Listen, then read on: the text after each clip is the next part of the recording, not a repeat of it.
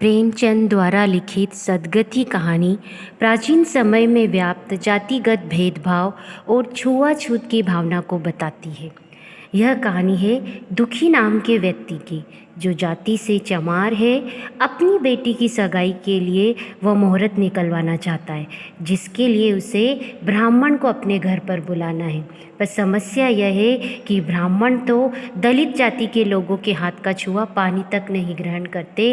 ऐसे में वह ब्राह्मण को अपने घर पर कैसे बुलाए, और यदि ब्राह्मण आ भी गए तो वह उसे अपने घर पर कहाँ बैठाएगा। उसे यह चिंता सताने लगती है।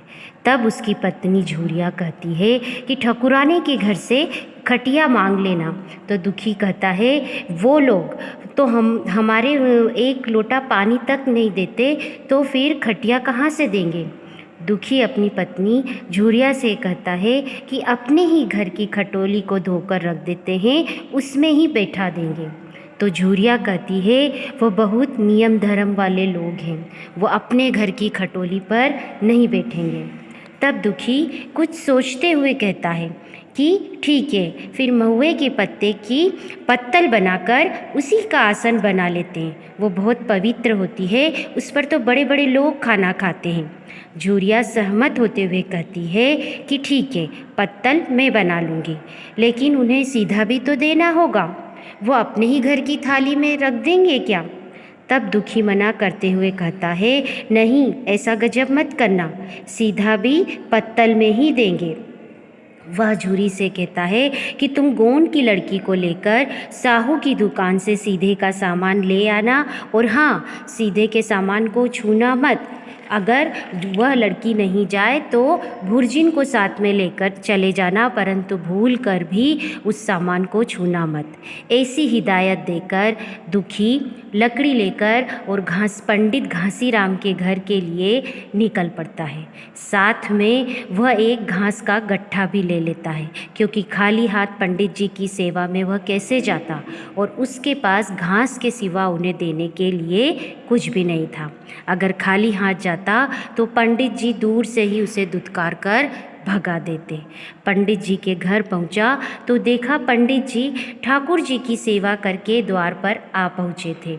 दुखी को देखकर पंडित घासीराम ने पूछा, आज कैसे चला आया रे दुखिया। दुखी ने सिर झुकाकर कहा, बिटिया की सगाई कर रहा हूँ महाराज, कुछ साइड सगुन विचारना है। घासीराम कहते हैं, आज मुझे छुट्टी नहीं है, हाँ शाम तक आ जाऊँगा। दुखी ने कहा, नहीं महाराज, जल्दी मर्जी हो जाए तो ठीक है, घर पर सब सामान ठीक करके आया हूँ, यह घास कहाँ रख दूँ। घासीराम कहते हैं, इस गाय के सामने डाल दे, और जरा झाड़ू लेकर द्वार तो साफ कर दे। यह बैठक भी गोबर से लीप देना। तब तक मैं भोजन कर लूँ, फिर आराम करके चलूँगा। और हाँ, यह लकड़ी भी चीर देना, और खलिहान के 4 खांची भूसे को भसोली में रख देना। दुखी फौरन हुक्म की तामील करने लगा। झाड़ू लगाते और गोबर से लिपते हुए उसे दिन के 12 बज गए। दुखी बिना कुछ खाए ही घर से निकला था, इसलिए उसे भूख लगने लगी। वह बेचारा अपनी भूख दबाकर लकड़ी फाड़ने लगा, लेकिन लकड़ी में मोटी गांठ थी। दुखी पूरी ताकत लगाकर उसे फाड़ने की कोशिश करता, किंतु उस गांठ पर कुछ निशान तक न पड़ता था। काम करते करते दुखी पूरा पसीने में तर हो गया, थककर चूर हो गया। आंखों के आगे अंधेरा सा छाने लगा, तो उसने सोचा थोड़ी चिलम और तंबाकू मिल जाए तो शायद ताकत आ जाए, और वह दौड़कर एक गोंड के घर गया, चिलम तंबाकू लेकर आया, किंतु वहाँ से जलाने के लिए आग नहीं मिली।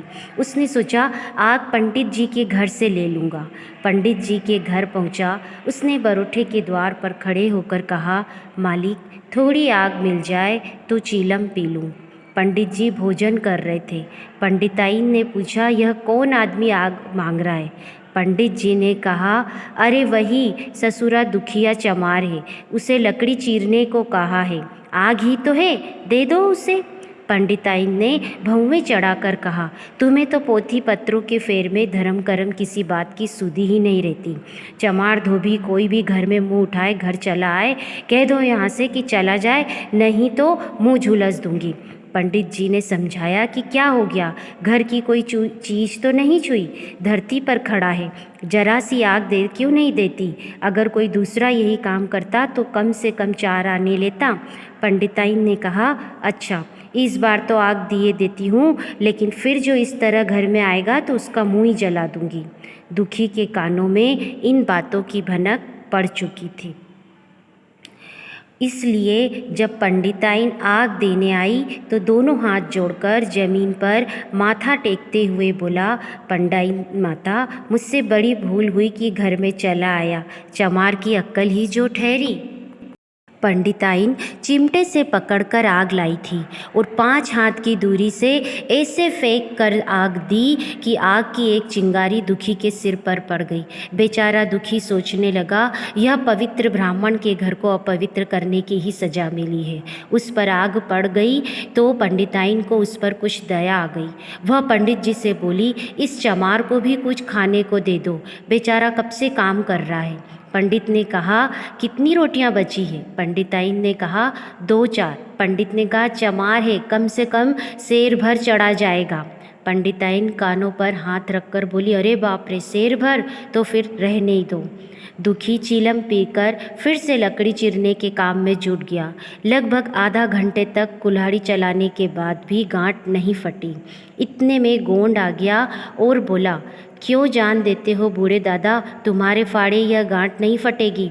दुखी ने माथे का पसीना पोंछते हुए कहा, अभी तो गाड़ी भर भूसा ढोना है भाई। गोंड ने पूछा, कुछ खाने को भी मिला या बस काम ही कराना जानते हैं ये लोग? जमींदार भी काम कराता है तो खाने को देता है, यह लोग उनसे भी बढ़ गए, उस पर धर्मात्मा बनते हैं। दुखी घबरा कर बोला, धीरे बोलो भाई, कहीं सुन ले तो आफत आ जाएगी। दुखी फिर से अपना काम करने लगा। गोंड को उस पर दया आ गई। उसने भी कोई आधा घंटे तक कुल्हाड़ी चलाई, पर गांठ में एक दरार भी न पड़ी। हार मानकर वह कहकर चला गया कि तुम्हारे फाड़े यह नहीं फटेगी, जान भले ही निकल जाए। दुखी ने सोचा, अभी तो बहुत सा काम पड़ा है, पहले भूसा लेकर आ जाता हूँ, यह लकड़ी कल आकर फाड़ दूंगा। वह थोड़ा थोड़ा करके भूसा लाने लगा। 4 बजे कहीं भूसा खत्म हुआ, तब तक पंडित जी की नींद भी खुल चुकी थी।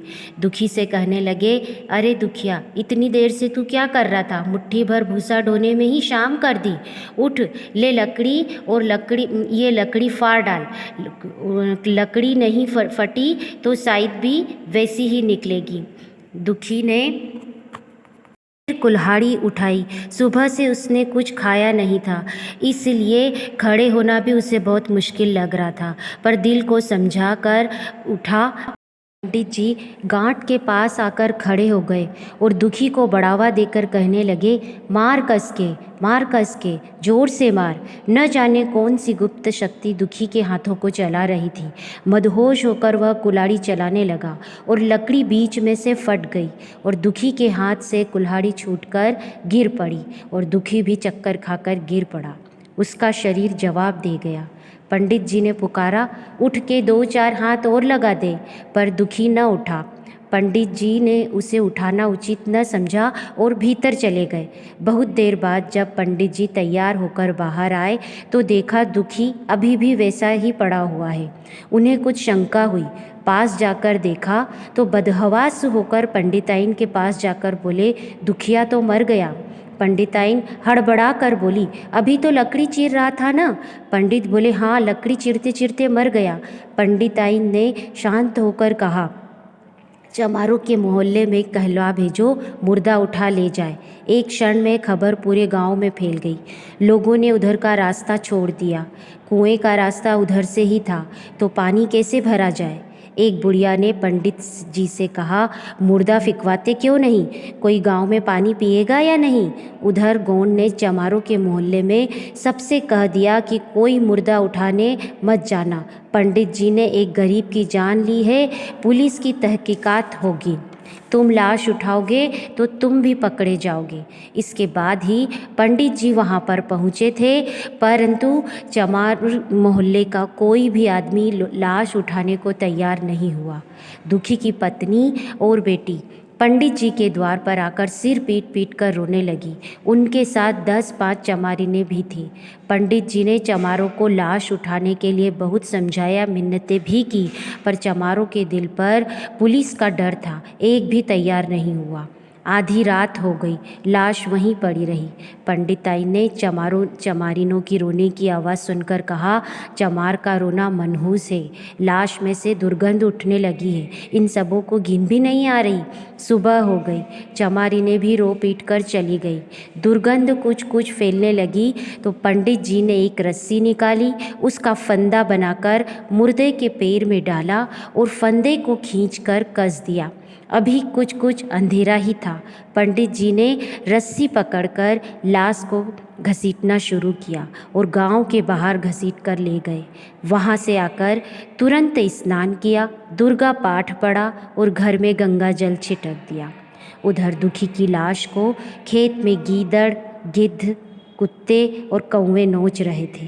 एक ब्राह्मण के हाथों द्वारा इस तरह शरीर की मुक्ति ही उसके जीवन पर्यंत की भक्ति, सेवा और निष्ठा का पुरस्कार था। और इस प्रकार इस प्रेमचंद जी की इस कहानी का अंत हो जाता है।